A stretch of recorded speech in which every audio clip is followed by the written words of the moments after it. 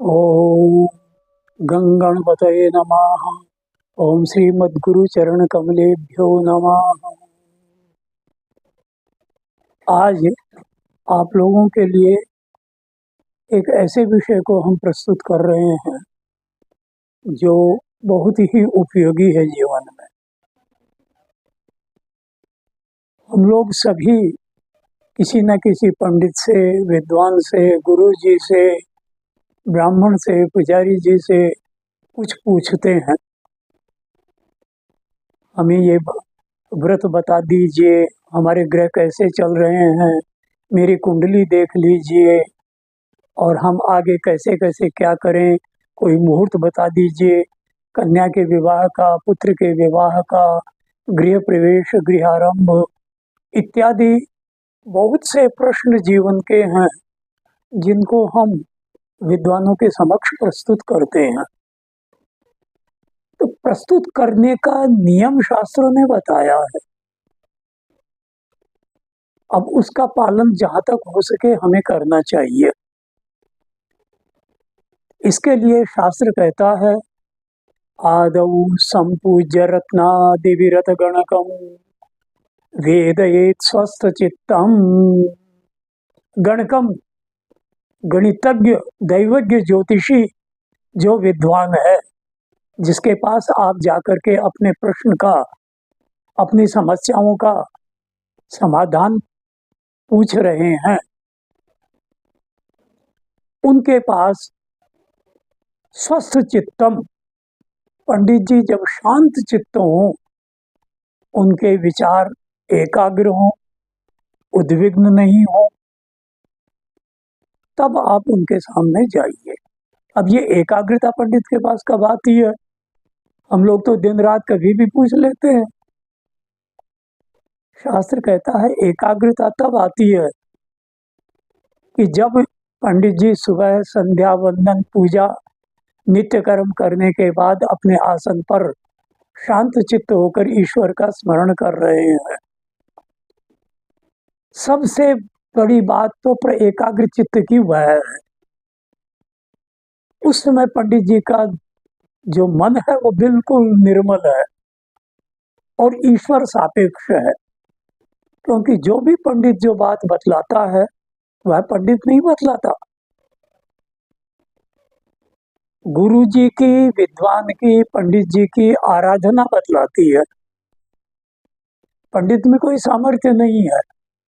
ग्रंथ भी दुनिया भर के छपे हुए हैं, कोई भी पढ़ ले, कोई भी विद्वान हो जाए, लेकिन जिस पर गुरु कृपा होती है वही विद्वत्ता अपने आप में प्राप्त करता है और विद्वान होता है। जैसी जिसकी श्रद्धा होगी।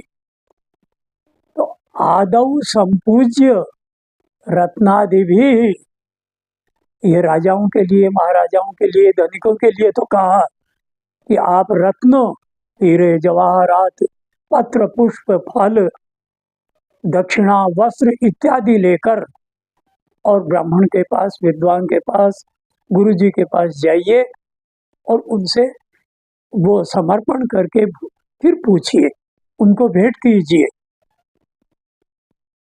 तो आपने तो कह दिया साहब किसी के पास नहीं है, तो क्या हुआ? कुछ भी नहीं, आपके पास फल तो है।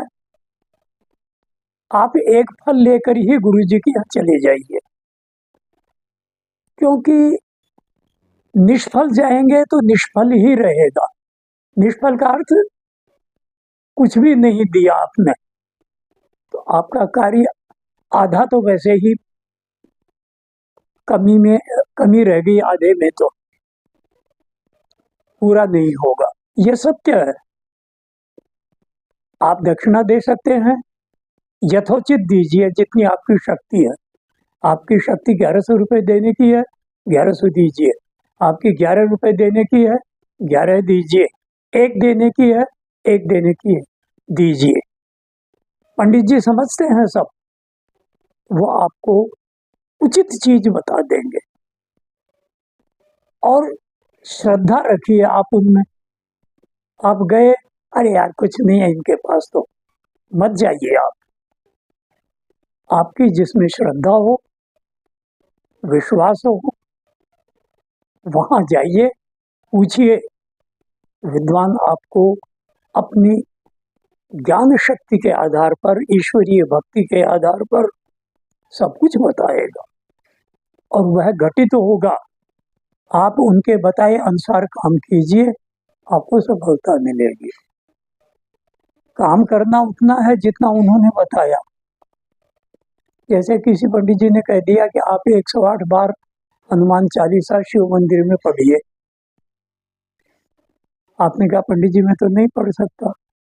अब नहीं पढ़ सकते तो कौन पढ़ेगा? पंडित जी पढ़े बैठ करके, आप दक्षिणा दे दीजिए।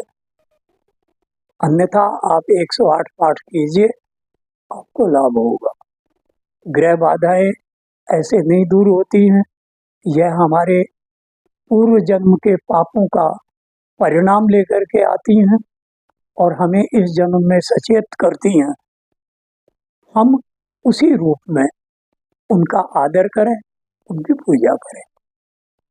मुहूर्त की बात जहाँ तक है तो मुहूर्त पंडित जी जिस समय में जो मुहूर्त आपको बतलाते हैं उस समय उसी काम को कीजिए, आगे पीछे करने से नहीं होगा।